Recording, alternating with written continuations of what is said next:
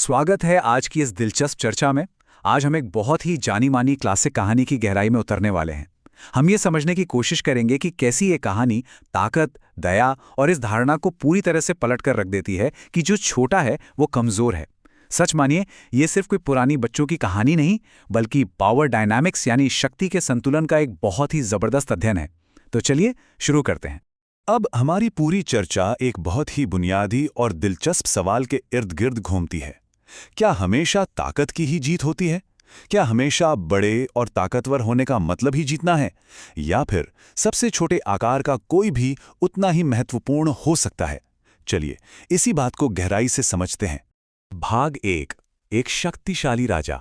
कहानी की शुरुआत में ही ताकत का एक बहुत बड़ा असंतुलन देखने को मिलता है। जरा सोचिए, एक तरफ है जंगल का निर्विवाद बेहद शक्तिशाली राजा जो अपने भारी भोजन के बाद बड़े आराम से सो रहा है, और दूसरी तरफ एक बहुत ही छोटा चंचल सा चूहा जो ना जाने क्या सोचकर यह भयानक जोखिम उठाता है और तय करता है कि सोते हुए राजा की पूंछ तो उसके लिए एक शानदार झूला है। ये जो भारी विरोधाभास है ना, यही हमारी कहानी की असली नींव रखता है। लेकिन जाहिर सी बात है, खेल कूद का यह माहौल बहुत ही जल्दी खौफनाक रूप ले लेता है। अपनी नींद टूटने पर वो ताकतवर शेर भयानक गुस्से में दहाड़ते हुए उठता है और बिना किसी खास मेहनत के उस छटपटाते डरे हुए चूहे को अपने विशाल पंजे के नीचे दबोच लेता है। वो अपने नुकीले दांत निकालकर उसे अपना निवाला बनाने के लिए पूरी तरह तैयार है। अब पलक झपकते ही स्थिति पूरी तरह से बदल चुकी है और मौत बिल्कुल उस छोटे से जीव के सामने खड़ी है। भाग 2, चूहे की विनती। और यहीं पर कहानी का एक बहुत ही अहम मोड़ आता है। वो नन्हा खौफजदा चूहा अपनी जान की भीख मांगते हुए विनती करता है कि बस इस बार उसे माफ कर दिया जाए। लेकिन यहाँ सबसे दिलचस्प बात क्या है? इतने छोटे आकार का होने के बावजूद वो अपनी जान बचाने के लिए एक बेहद रणनीतिक और साहसिक वादा कर डालता है। वो कहता है, शायद एक दिन मैं आपकी मदद कर सकूं। सोचिए, कितनी बड़ी बात कह दी उसने। जाहिर है जंगल के राजा को ये बात बिल्कुल बेतुकी और मजाकिया लगती है। एक इतना छोटा सा चूहा और उसकी मदद करेगा? शेर इस बात पर जोर जोर से हंसने लगता है।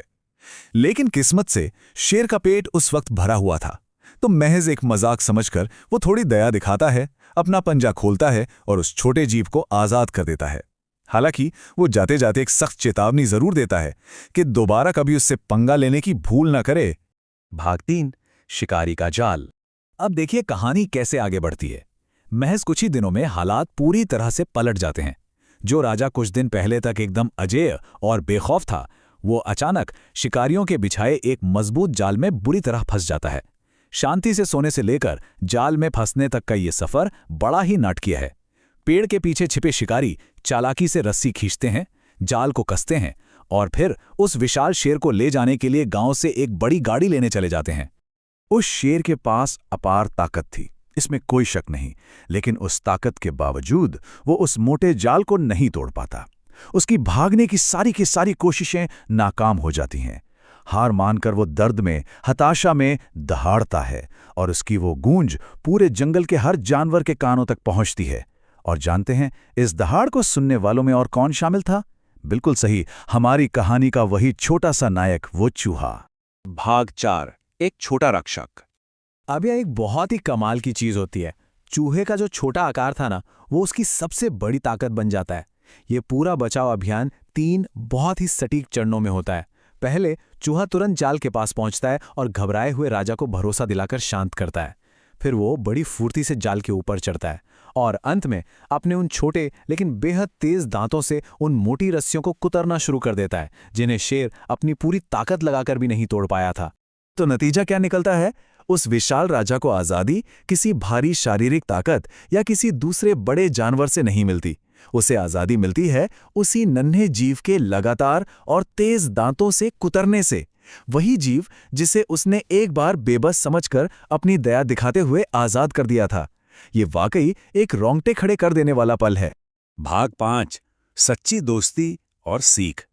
इस पूरी घटना के बाद दोनों के बीच का रिश्ता पूरी तरह बदल जाता है। सम्मान और कृतज्ञता के एक बेहद खूबसूरत पल में शेर उस छोटे से चूहे की असली अहमियत को समझ जाता है।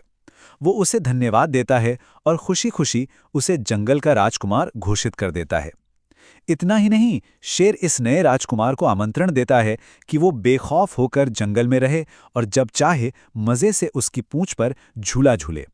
अगर हम इस पूरी कहानी के सार को समेटें तो कुछ बहुत ही शानदार और मूलभूत सीखें सामने आती हैं। पहली, दिखाई गई दया कभी बेकार नहीं जाती। दूसरी, छोटे दोस्त भी महान दोस्त साबित हो सकते हैं। तीसरी बात, किसी की कीमत उसके आकार से तय नहीं होती। और सबसे बड़ी बात, ताकत की अपनी एक सीमा होती है, यहाँ तक कि सबसे मजबूत और ताकतवर इंसान को भी कभी न कभी किसी के सहारे और मदद की जरूरत पड़ ही जाती है। और इस नए स्थायी बंधन को हमेशा के लिए पक्का करने के लिए एक और घटना घटती है। जब वो शिकारी आखिरकार शेर को ले जाने के लिए अपनी बड़ी सी गाड़ी लेकर लौटते हैं तो उन्हें एक अलग ही नज़ारा देखने को मिलता है। शक्तिशाली शेर और उस निडर चूहे की संयुक्त ताकत उन्हें ऐसा डराती है कि वो अपनी जान बचाकर भागने पर मजबूर हो जाते हैं। इस तरह वो दोनों हमेशा हमेशा के लिए पक्के दोस्त बन जाते हैं।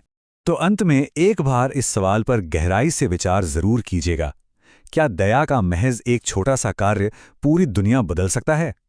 हमने देखा कि दया के सिर्फ एक छोटे से फैसले ने कैसे शक्ति का पूरा संतुलन ही बदल कर रख दिया। अगर इतनी छोटी सी शुरुआत इतने बड़े और जीवन रक्षक परिणाम दे सकती है, तो जरा सोचिए, क्या आज के हमारे समाज में भी सच्ची ताकत इसी दया में नहीं छिपी है? आज की इस दिलचस्प चर्चा में हमारे साथ जुड़ने के लिए आपका बहुत बहुत धन्यवाद।